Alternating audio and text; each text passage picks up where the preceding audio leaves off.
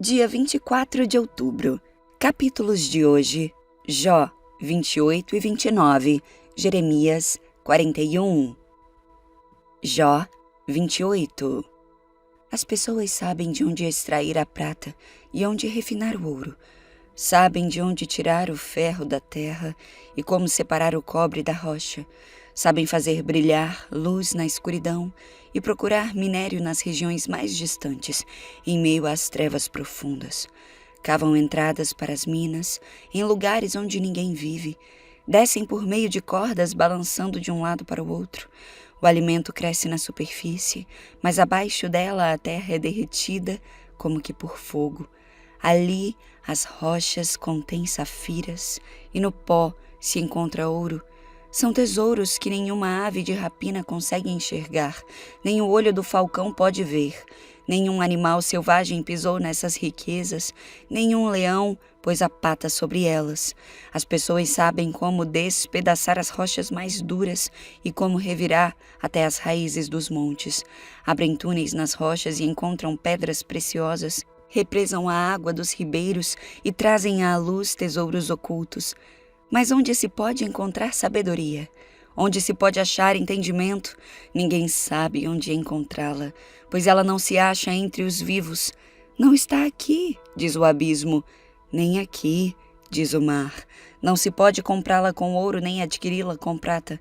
Vale mais que todo o ouro de Ofir, mais que o ônix precioso e a safira. A sabedoria é mais valiosa que ouro e cristal. Não se pode comprá-la com joias de ouro fino. Coral e jaspe não se comparam a ela. O preço da sabedoria ultrapassa o dos rubis. Não se pode trocá-la pelo precioso topázio da Etiópia. Ela vale mais que o ouro puríssimo. Onde afinal está a sabedoria? Onde está o entendimento? Está escondida dos olhos de toda a humanidade. Nem mesmo as aves do céu conseguem descobri-la.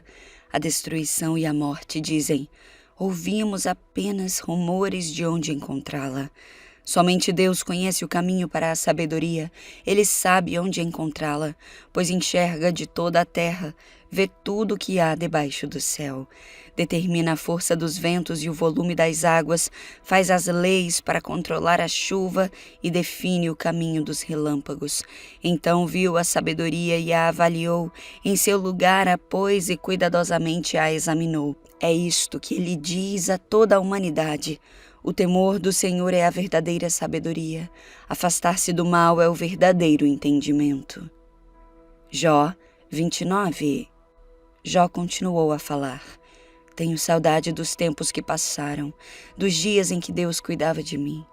Ele iluminava o caminho à minha frente, e eu andava em segurança em meio à escuridão. Na flor de minha idade, a amizade de Deus estava presente em meu lar. O Todo-Poderoso ainda estava comigo, e eu tinha meus filhos ao meu redor. Meus pés eram lavados em leite, e ribeiros de azeite corriam das rochas para mim. Naquele tempo, eu ia até a porta da cidade e tomava meu lugar entre os líderes. Os jovens abriam caminho ao me ver, e até os idosos se punham em pé.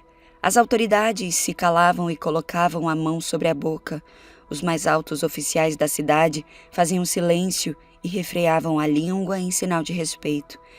Todos que me ouviam me elogiavam, todos que me viam falavam bem de mim, pois eu auxiliava os pobres que pediam ajuda e os órfãos que precisavam de socorro. Os que estavam à beira da morte me abençoavam, eu trazia alegria ao coração das viúvas. Era honesto em tudo que fazia. A retidão me cobria com um manto, a justiça eu usava como turbante. Servia de olhos para os cegos e de pés para os aleijados. Era um pai para os pobres e defendia a causa dos estrangeiros. Quebrava as mandíbulas dos ímpios e de seus dentes resgatava as vítimas. Eu pensava: por certo morrerei rodeado por minha família depois de uma vida longa e boa, pois sou como a árvore cujas raízes chegam até a água, cujos ramos são refrescados pelo orvalho. Recebo sempre novas honras e minha força vive renovada. Todos escutavam meus conselhos, ficavam em silêncio e esperavam que eu falasse. E depois que eu falava, Nada tinham a acrescentar, pois o que eu dizia os satisfazia. Esperavam minhas palavras como quem espera a chuva, bebiam-nas como chuva de primavera. Quando estavam desanimados, eu sorria para eles, valorizavam o meu olhar de aprovação. Como um líder, eu lhes dizia o que fazer. Vivia como rei entre suas tropas e consolava os que choravam. Jeremias 41. O assassinato de Gedalias. Em outubro daquele ano, Ismael, filho de Netanias e neto de Elissama, que era da família real e que havia sido um alto oficial do rei, foi a Mispá com 10 homens para se encontrar com Gedalias, filho de Aicã e neto de Safã, enquanto faziam uma refeição juntos. Ismael e os 10 homens se levantaram de um salto, puxaram suas espadas e mataram Gedalias, que o rei da Babilônia havia nomeado governador. Ismael também matou todos os soldados judeus e babilônios que estavam com Gedalias em Mispá. No dia seguinte, antes que alguém soubesse do assassinato de Gedalias, 80 homens chegaram de Siquém, Siló e Samaria para adorar no templo do Senhor. Tinham raspado a cabeça, rasgado as roupas e se cortado, e traziam ofertas de cereal e incenso. Ismael, filho de Netanias, saiu de Mispá e foi ao encontro deles, chorando ao longo do caminho. Quando os encontrou, disse: "Venham e vejam o que aconteceu a Gedalias, filho de Aicã." Assim que todos entraram na cidade, Ismael e os homens que o acompanhavam mataram 70 deles e jogaram os corpos numa cisterna.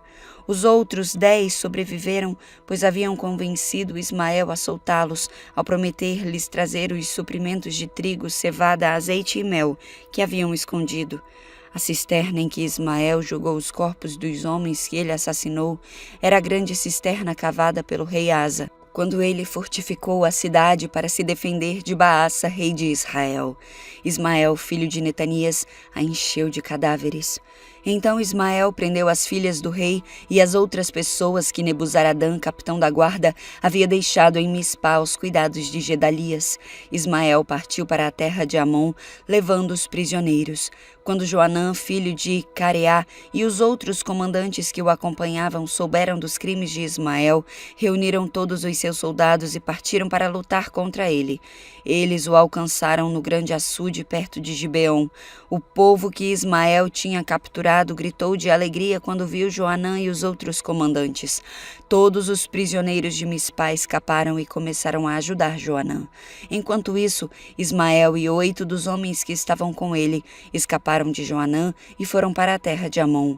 Então Joanã, filho de Careá, e os outros comandantes levaram todo o povo que tinham resgatado em Gibeon. Os soldados, as mulheres, as crianças e os oficiais do palácio que Ismael havia capturado em Mispá depois de matar Gedalias.